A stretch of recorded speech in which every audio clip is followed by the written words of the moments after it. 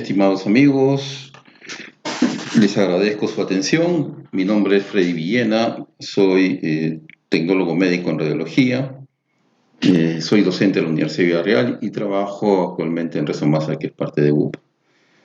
Y en estos momentos que nos aqueja la afección o infección mundial del coronavirus, permítame colaborar con el grupo de colegas realizando una clase de tomografía computada del tórax con visión de la tomografía de tórax para evaluar la infección por coronavirus. Empecemos.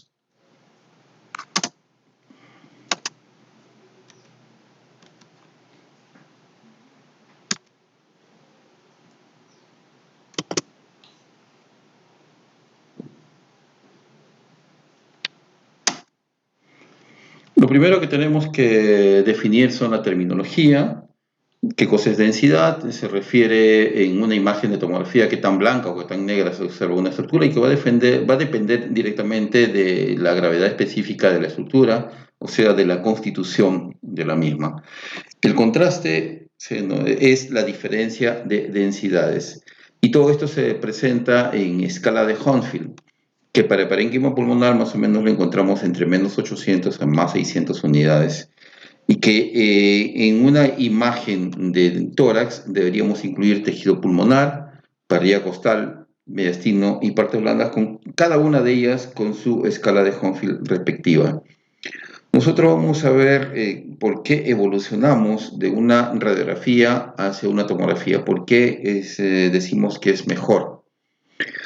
Pues las indicaciones para una tomografía de tórax son múltiples, entre ellas el cáncer de pulmón, masas o nódulos pulmonares, patologías de la pleura o del parénquima, de la columna torácica, buscar un cáncer oculto o una infección de origen desconocido como es la neumonía, y en este caso la neumonía por el virus del coronavirus 19.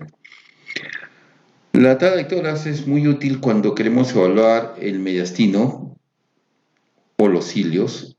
Si queremos evaluar un nódulo, una masa o un infiltrado parenquimatoso, o cuando la alteración en una radiografía de tórax es una alteración difusa, simple, en que queremos especificar mucho mejor su etiología. También la tomografía es útil cuando la radiografía de tórax es normal, pero el paciente no es normal, como en el caso de los pacientes que están ahora siendo infectados por el virus del coronavirus, se sienten mal y pueden tener placa de tórax inicial normal. Los usos son en relación a los síntomas, a los signos, que son tos, insuficiencia respiratoria, dolor torácico, fiebre de origen oscuro, para detectar o evaluar los tumores o la metástasis, evaluar el tratamiento o respuesta a una terapia o antibióticos, previo a la programación de una radioterapia, o evaluar las lesiones del tórax, los vasos, los pulmones, las costillas y la columna vertebral dorsal. Y actualmente está siendo sumamente útil para poder evaluar las lesiones por COVID-19. La tomografía de tórax, en cuanto a nódulos pulmonares, nos puede responder el número, dónde, si es único, si tiene calcio, puede caracterizar la metástasis, buscarlas, hacer seguimiento, puede evaluar las masas ciliares, las masas mediastinales, puede evaluar el parénquima pulmonar a través del EPOC, como son la enfermedad pulmonar obstructiva crónica u otras lesiones del parénquima pulmonar. Puede hacer evaluación de los vasos sanguíneos, del corazón, del mediastino, ¿no?, que involucra en todo caso los medios de contraste endovenosos. Ya vemos que tenemos todos los protocolos, nos dicen, en este caso de Siemens, que el estudio de tomografía para pulmones, tórax o otras tomas como coronales es suficiente hacer con cortes de 5 milímetros. Ya en el Acta Radiológica de México de 2008 ya se evaluaba hacer estudios con tomografía computada de alta resolución o denominada la TECAR, que no es necesario colocar medio de contraste. Entonces, los parámetros técnicos para una tomografía de tórax son el grosor de corte, la ventana, el algoritmo de reconstrucción y también los factores del paciente. Si el paciente es delgado o es de índice de masa corporal superior a 30, entonces hay que tener ciertas consideraciones del caso. Ejemplo, si yo tomo una radiografía de tórax y no está suficientemente, una tomografía de tórax, perdón, y no está suficientemente insuflado los pulmones, voy a tener algunos artefactos que me pueden tapar algunas lesiones. Es preferible hacer las instrucciones previas para evitar repetir las imágenes de tórax y que las imágenes salgan de alta calidad. ¿Cuál es el grosor de corte que yo voy a necesitar en una radiografía de tórax? ¿Será el grosor de 1.5 milímetros o grosor de 10 milímetros? Va a depender de lo que yo esté buscando. Si nosotros estamos buscando lesiones en general, ¿no?, como son un tumor o un nódulo, los cortes de 10 milímetros son bastante buenos porque no vamos a poder diferenciar entre un vaso, el bronquio o una vena, que es lo que quiero yo diferenciar, a diferencia de que si hago cortes finos es muy difícil poder diferenciar, ya que las imágenes son muy puntuales. Y miren acá, ¿no? En imágenes, acá es el tumor y el resto casi no se puede diferenciar si hacemos cortes de 1 milímetro o de 1.5. Entonces, con cortes de 10 milímetros generalmente va mucho mejor poder hacer la diferenciación o el diagnóstico diferencial de las masas. Entonces, quedamos que 1.5 o 10 milímetros, yo me quedaría con 10 milímetros como un grosor de corte para una tomografía de tórax. Pero nadie en los protocolos actuales escritos usa 10 milímetros. Por eso que nosotros usamos grosores de cortes de 8 o mejor aún de 5 milímetros.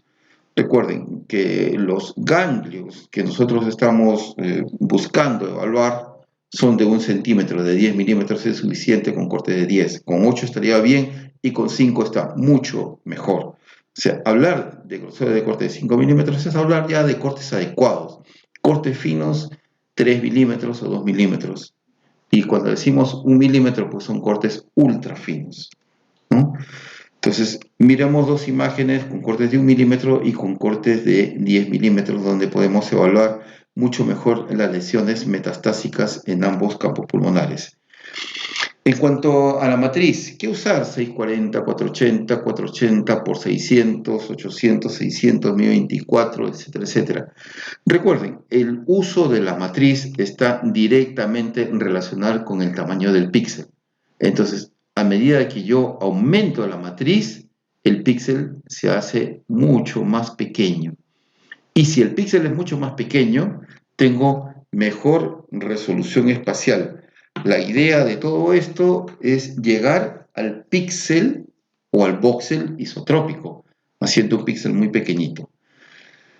En cuanto al campo de visión, ya nosotros estamos regidos por una fórmula que el tamaño del píxel está dado por el tamaño del field of view por la matriz. La matriz la estamos usando ahora de manera estándar, 512.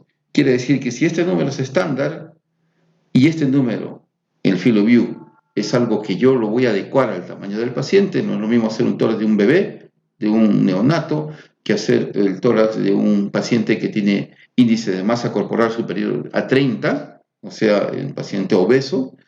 Entonces, el field of view yo voy a adecuarlo al tamaño del paciente. Y la recomendación es siempre usar el field of view lo más pequeño que se pueda, porque si yo manejo este field of view más pequeño, la matriz es constante para mantener las dimensiones del píxel los más pequeñas posibles, como lo habíamos dicho, que siempre tratamos de llevar al píxel más pequeño para mejorar nuestra resolución o tratar de llevar a píxeles isotrópicos. ¿Por qué no usar imagen magnificada? Porque la imagen magnificada es una imagen borrosa. No usamos la totalidad de la matriz, sino el píxel lo estoy haciendo más grande de lo debido. No es recomendable usar la herramienta lupa. Cuando yo tengo una tomografía de tórax, lo que tengo que ajustar la ventana es la ventana parenquimal, ventana mediastinal y, si es posible, también la ventana ósea. Miren, la ventana mediastinal no veo los pulmones, la ventana parenquimal veo muy bien el parénquima y sus lesiones, pero pierdo la vista mediastinal. Lo ideal pues es una ventana intermedia en la que pueda haber pulmones, mediastino con unos ganglios interaórticos, en la ventana aórtica, y también veo una lesión en la vértebra. Entonces, lo ideal siempre es llevar esta ventana, ¿no? La ventana intermedia, y evaluar las imágenes en esto, y después, en base de esto, la primera vista, evaluar mejor con la ventana parenquimal o la ventana mediastinal, según sea el caso. En base a esto les presento mi tesis de segunda especialidad en tomografía computada, en la cual manejé un postproceso. El postproceso se trataba de la adquisición que hacían los tecnólogos de manera convencional. Yo usé un postproceso de el raw data, cambiarlo hacia algoritmo estándar, y a esta nueva reconstrucción someterlo a un filtro HCE. Los filtros HCE solo lo encontramos en Siemens, ¿no? Probablemente haya algunos similares en otras marcas. Después de realizar este postproceso, hacía mis reconstrucciones y comparaba imágenes de 5 milímetros de ambos. Y como ven, la imagen de 5 milímetros con la técnica convencional o con mi técnica mejoraba la resolución espacial de una manera satisfactoria. Con esto obtuve mi título de especialista, y ven que he probado con muchos parámetros, grosores de corte, filtros y algoritmos, y llegué a la conclusión de que la mejor es los algoritmos estándar con filtro HCE para la imagen del tórax. Por lo tanto, la resolución me lo va a dar el grosor de corte, el algoritmo, ¿no? 2 milímetros, miren, comparado con 10, el filtro o el algoritmo estándar comparado con el SHAR, y son algoritmos o estas combinaciones que producen la mejor resolución espacial posible, que es lo que yo tengo que manejar en mi máquina de tomografía computada. ¿Cómo miramos una tomografía? Lo miramos con una ventana mediastínica, una ventana pulmonar, ¿no? Evaluar una lesión única o evaluar múltiples lesiones. A veces múltiples lesiones ya no tiene mayor caso tratar de usar la mejor resolución posible, pero sí cuando tenemos un nódulo único y que hay que hacerle seguimiento, ¿no? Y recordemos pues que los nódulos o las masas se van a evaluar según su forma, con si tiene espículos excavados, si es excavado, tiene calcificaciones o es una masa como el número 5. En cuanto al tamaño, le voy a dar benignidad. Si permanece estable por 2 años es más benigno, y si es menor de 4 milímetros no necesita control. Si tienen 4 o 6 milímetros, control al año. Menos de 1 centímetro, control al año.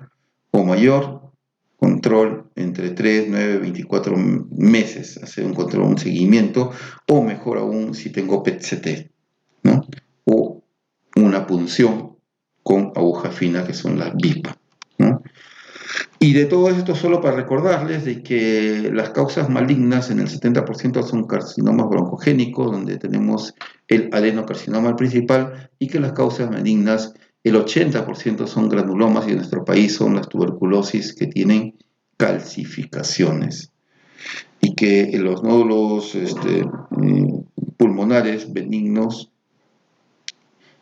de nódulos únicos o nódulos solitarios, son en el 65% benignos. Así es que hay que tener mucha tranquilidad para encontrar, hacerle seguimiento, hacer una muy buena resolución de imagen y hacer mediciones dentro del nódulo para buscar calcificaciones.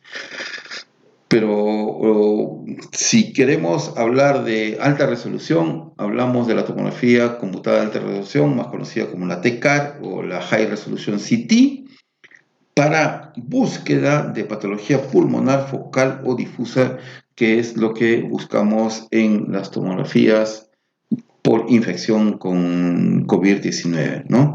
Y que el aspecto técnico tiene, primero, cortes finos, hasta de 1 a 2 milímetros, filtro Sharp, filo vivo pequeño, matriz lo más grande que podamos, 512, y esto de la quinta, que es adquisición secuencial, ya está dejando de lado porque todos los tomógrafos tienen ya voxels isotrópicos, entonces la adquisición secuencial sería extraordinaria tenerla, pero los volumétricos también nos dan tanta resolución que ya no es necesario adquirir con adquisiciones secuenciales. Una tomografía de baja dosis produce imágenes de alta calidad y que utiliza el 65% menos de radiación que una tomografía computada convencional. Hay que tener en cuenta esto, ¿no? Tomografía computada de baja dosis. Entonces, estas son las imágenes de alta resolución y que la tomografía de baja dosis, que se empezó a usar para el cáncer de pulmón, hacer screening, como se hace en mamografía, había que buscar que la dosis baje definitivamente.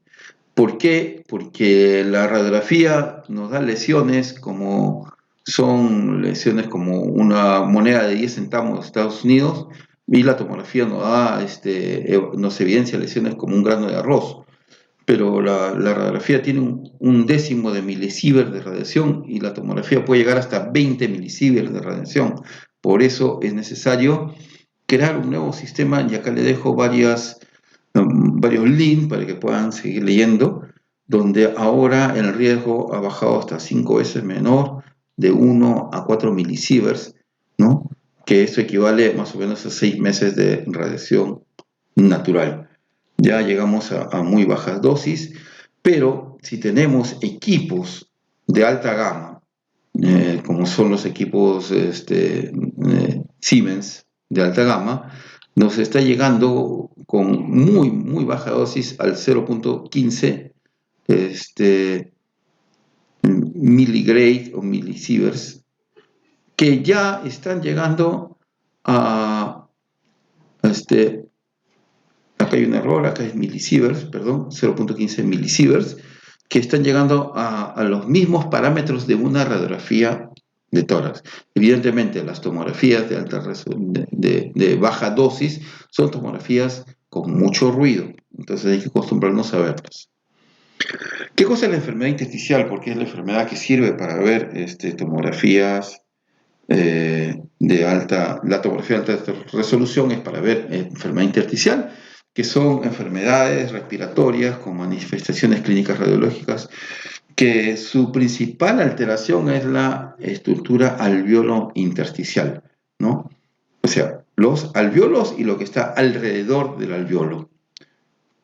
Alveolo intersticial. Esta es una radiografía normal y esta es una enfermedad pulmonar intersticial que se denomina EPI, ¿no?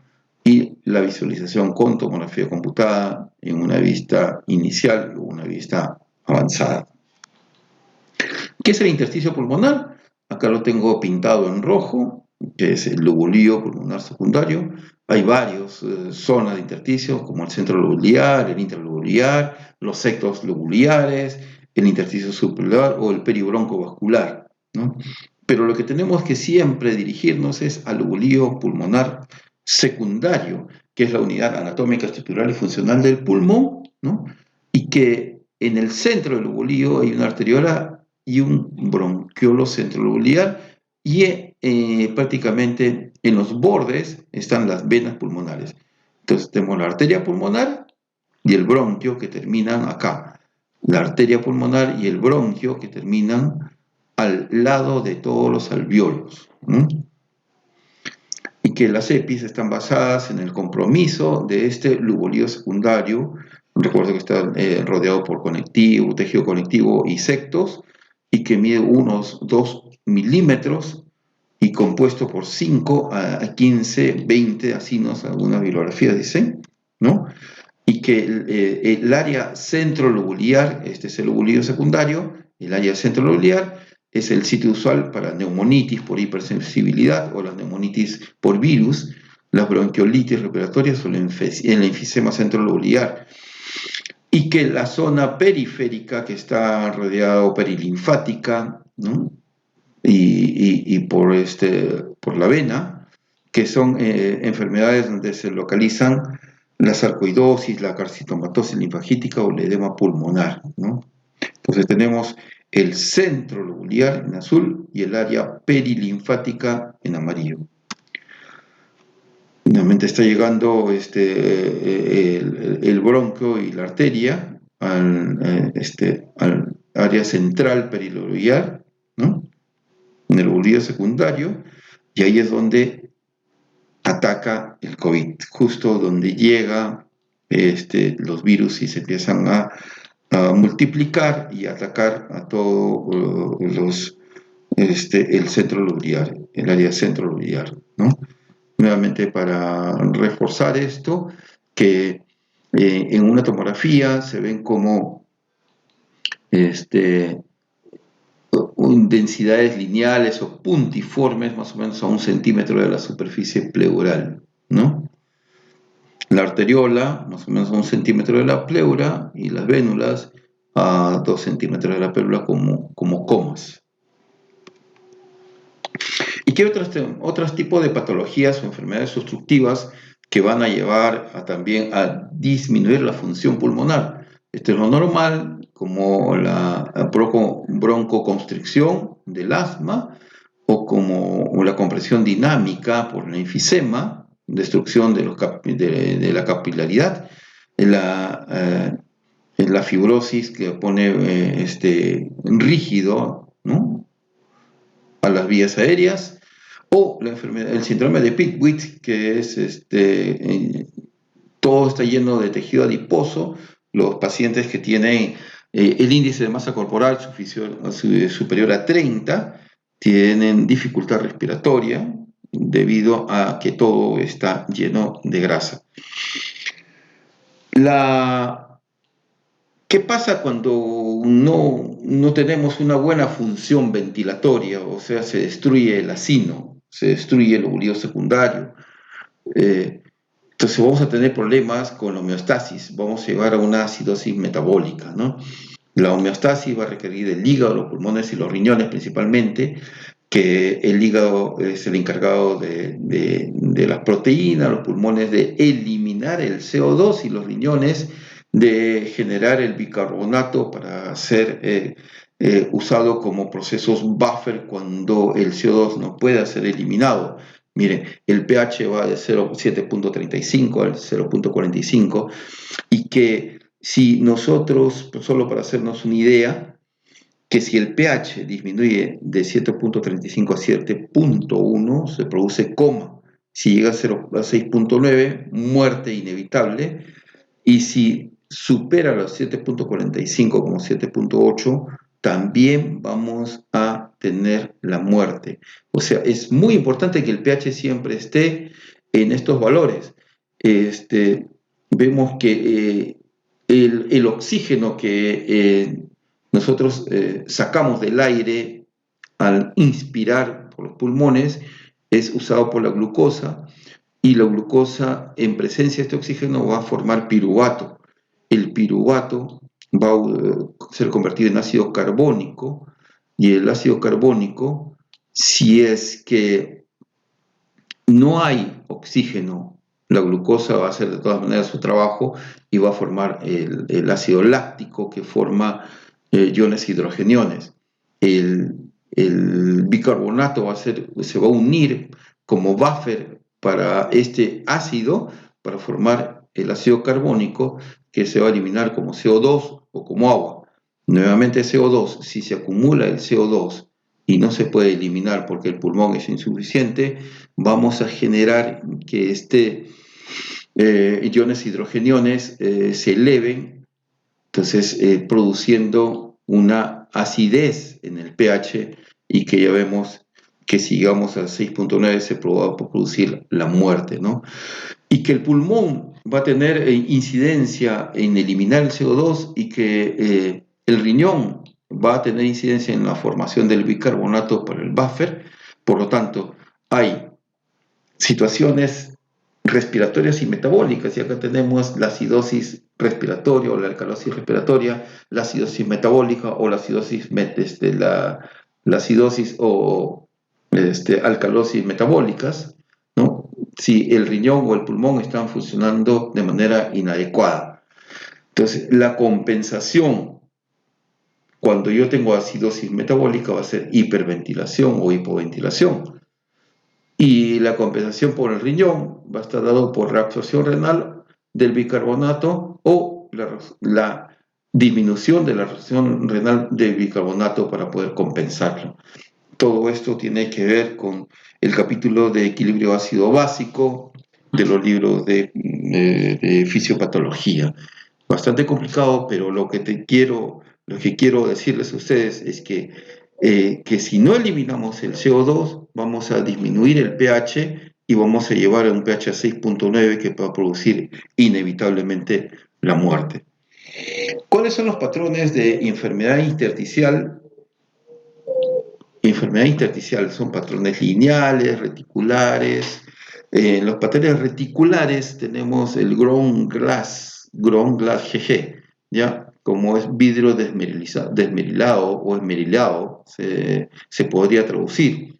Y la consolidación, patrones de panal de abeja, patrones nodulares o retículos nodulares.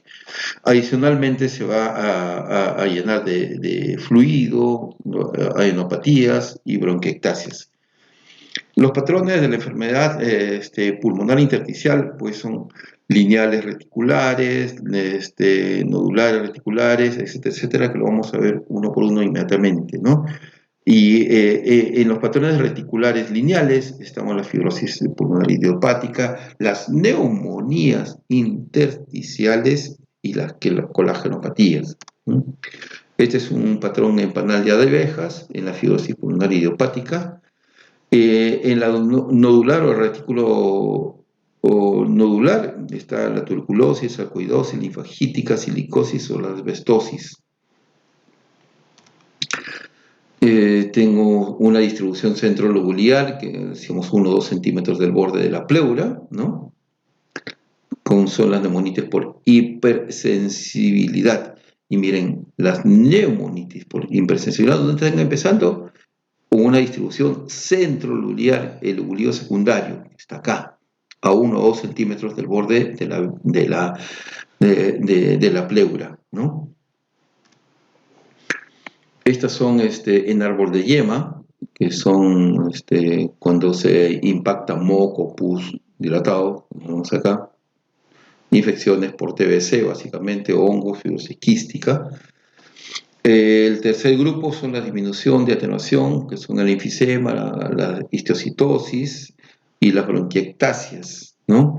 El cuarto grupo es la que aumenta en la atenuación, como la neumonía intersticial descamativa, la neumonitis por hipersensibilidad, etcétera, etcétera. ¿Y cuáles son los patrones con alta atenuación o como la que vemos acá? Las dos con alta atenuación son las ground glass, ¿no? Opacidades ground glass, o en vidrio desmerilado, como tenemos acá. Patrón en ground glass, pulmón normal, todo patrón ground glass. Y la consolidación, siempre que vamos a ver consolidación debemos ver broncograma aéreo. Vemos la consolidación con broncograma aéreo, ¿no? Entonces tenemos en las radiografías un patrón normal y un patrón con broncograma aéreo. Entonces todo esto es un proceso consolidativo, ¿no? Y tenemos la neumonitis por insensibilidad, por hipersensibilidad.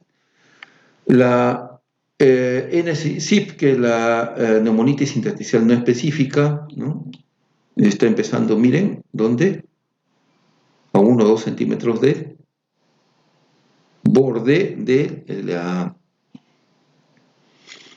la pleura, ¿no? O sea, está afectando el lobulío secundario. Y acá tenemos un patrón bastante difuso, que, que tenemos NSIP sin fibrosis o con fibrosis. Cuando tiene fibrosis pulmonar ya no es tratable. Que tiene sin fibrosis es potencialmente tratable este tipo de lesiones pulmonares. Tenemos una consolidación aguda en el granuloma eosinófilo crónico o crónica, como son la neumonía por criptococos, ¿no? Los patrones de baja atenuación, que no es el caso, pero lo vamos a mirar rápidamente, con enfisema centrolobular, ¿no? Debido al cigarrillo, donde se ve la arteria y la vena en el centro, ¿no? Patrones en fumadores, centrolobulares, panlobulares o parasectales. Entonces, los patrones de atenuación, que son diversas patologías, o los patrones de baja atenuación, con las diversas patologías que no vamos a incidir. La fibrosis pulmonar, y que vamos a entrar a lo que nos compete, básicamente, y yo lo he tomado esto de una conferencia que ha dado un residente de medicina interna de nuestra hermana ciudad de Colombia, y que tenía 3 objetivos, ¿no? Evaluar cuál es el estudio de elección, cuáles son los hallazgos radiológicos y cuáles son las claves radiológicas. Entonces, tenemos que la radiografía tiene mala sensibilidad. Él ha hecho un estudio basado en toda la bibliografía, empezó a buscar toda la bibliografía y ya sacó unas conclusiones que lo voy a compartir también con ustedes, ¿no? La mala sensibilidad de la radiografía para la detección de obesidades en vidrios de merilado o gran GG, gran glows, que puede ser normal en las primeras etapas de la enfermedad. O sea, tengo acá un paciente que su radiografía tórax es normal, pero le hacemos con 1 hora de diferencia una tomografía y vemos ya lesiones ground glass en las bases pulmonares, ¿no? Entonces, la radiografía de tórax no es recomendada como la modalidad de imagen en primera línea para la infección de COVID-19. Eso de acá está la bibliografía, ¿no? Pero lamentablemente no podemos, en Latinoamérica nos dice hacerle tomografía a todos los pacientes infectados por COVID-19. Primero, porque no tenemos la capacidad, es muy cara la tomografía, y segundo, porque tiene mucha radiación, ¿no? Por lo tanto, se recomienda la TAC de tórax simple, de corte fino, que juega un rol importante en la detección inicial de la observación de la enfermedad y evaluación también de coronavirus, ¿no? Pero se hizo una comparación, acá hay otra publicación, una comparación entre el hisopado, ¿no? O sea, la evaluación de la reacción de cadena polimerasa de transcripción inversa, el hisopado y la tomografía de tórax. Y encontró que la tomografía de tórax tiene una sensibilidad de 97% y por ahí he encontrado en otros trabajos un 98% para evaluar lesiones iniciales, mientras que el hisopado solo tiene un 71%. Y dice, oye, pero entonces la tomografía es mucho mejor, ¿por qué no usamos la tomografía? ¿No? Porque es cara y porque tiene alta radiación, ¿no?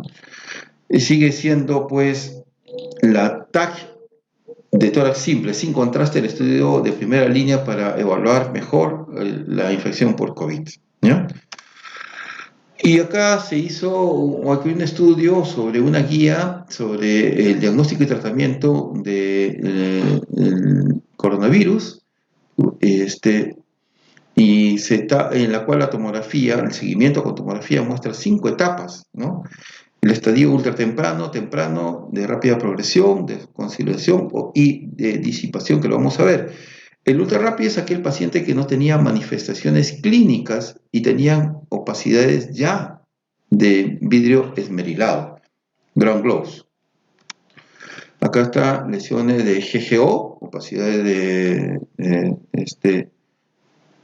en una mujer de 33 años con exposición ocupacional, un hombre de 67 años que tenía contacto con un infectado, y una mujer de 35 años tenía ya consolidaciones también ocupacionales. Y todos estos fueron estadios sin síntomas y ya tenían lesiones pulmonares.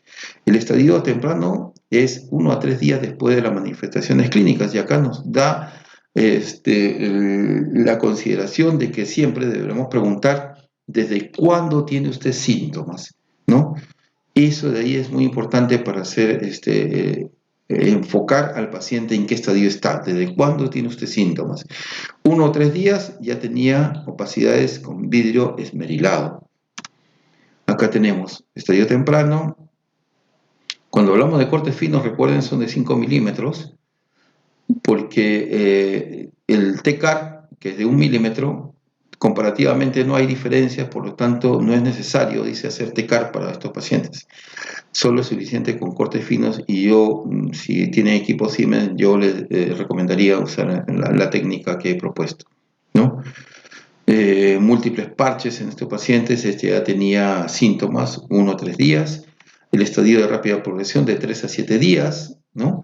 Tenía opacidades también en vidrio esmerilado, lesiones de ground glass.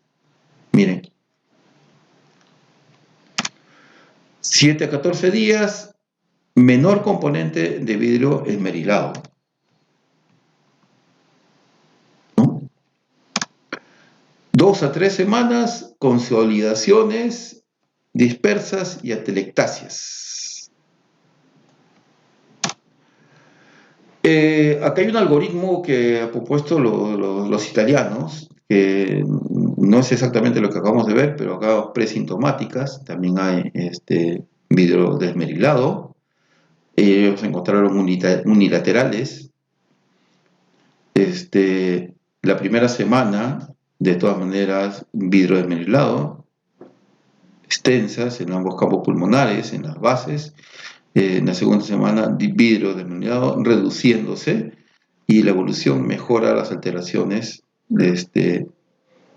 y algunos se complican, ¿no? Entonces, el estudio muestra que ground glass presentaron en más del 80%, 86% de pacientes, y que la distribución era periférica, bilateral y en las bases pulmonares. Esta es otra guía americana, ¿no? Lesiones bilaterales, ground glass, ¿no? Estadios tardíos, el halo reverso, que es este de acá, signo en halo reverso, y que no se veía en ningunos casos, ¿no? Efusiones pleurales o derrame pleural, linfanopatía, cavitaciones, nódulos, consolidaciones, opacidades en árbol de brote, el tree in boot.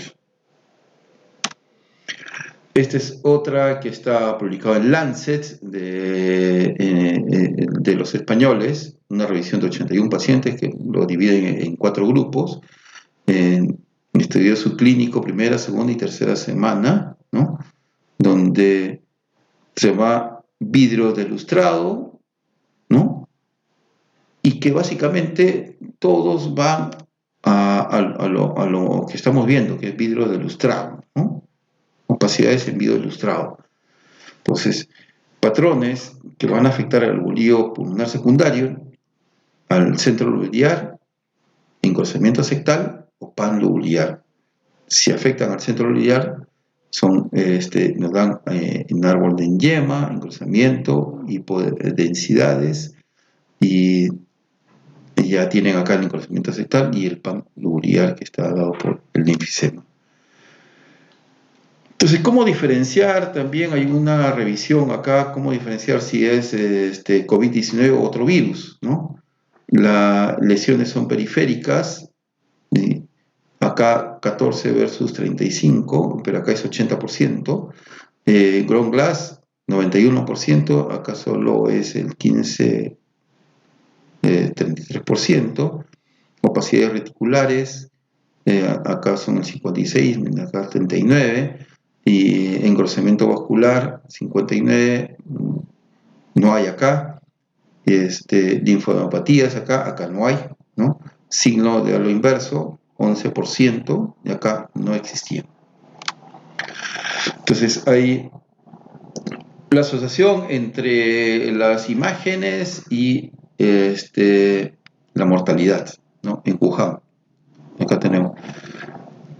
Si esto va al grupo de sobrevida, ¿no? Aparecen las consolidaciones bilaterales y si la distribución es predominantemente periférica, si en zonas medianas de los pulmones, pero si ya presenta broncograma aéreo y más consolidaciones desde el inicio, generalmente son los grupos que van al grupo de la mortalidad.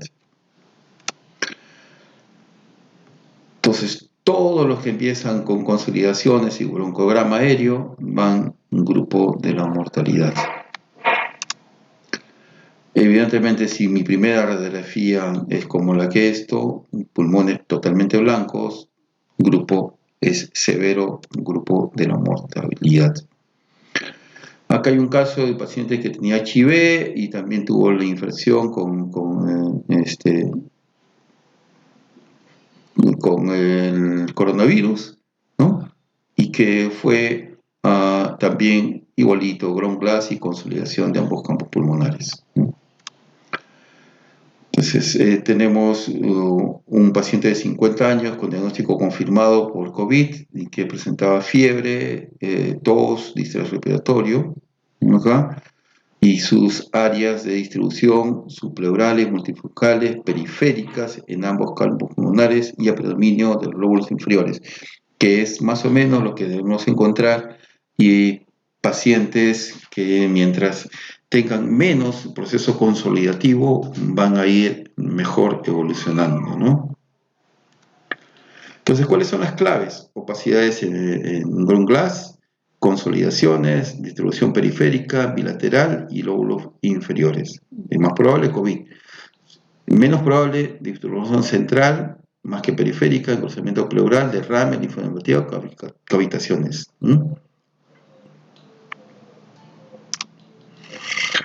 La conclusión, entonces, para terminar esto, es que el ATAC es superior a la tomografía, pero sin embargo, la recomendación es hacer tomografía, radiografía de tórax. Si el paciente se complica, hacer una tomografía y todos los seguimientos solo con radiografía de tórax, ¿no? No es necesario hacer TECAR, y la sensibilidad de la tomografía es 87 versus 71 versus el hisopado. Los hallazgos radiológicos van a depender del estadio clínico, la edad y las comorbilidades del paciente. El paciente que tiene un nexo epidemiológico, un TAC de tórax que muestre ground glass, consolidaciones, distribución periférica, bilaterales, a predominio de lóbulos inferiores, se debe sospechar que es una infección COVID-19. ¿Por qué no se recomienda el uso de la radiografía o tomografía para el diagnóstico de COVID-19? ¿Por qué las pruebas víricas siguen siendo los únicos métodos específicos de diagnóstico? Porque los criterios por la ACR, el Colegio Radiológico de Radiología de Estados Unidos, nos dicen que tenemos que evaluar el virus. Y el único método para evaluar el virus, la presencia o no presencia de virus, es el hisopado, ¿no? Nosotros, como vemos acá, decimos paciente con nexo epidemiológico, que el ATAC muestre con GLAS, consolidaciones, distribución periférica, bilaterales de predominio, debe sospecharse, no podemos confirmar. Siempre nosotros en imágenes debemos sospechar y la confirmación siempre es con el hisopado. Muchas gracias por su atención, ya que los mismos hallazgos en tomografía podrían ser gripe, otro tipo de infecciones por virus. Muy agradecido, doctor. Hasta la próxima oportunidad.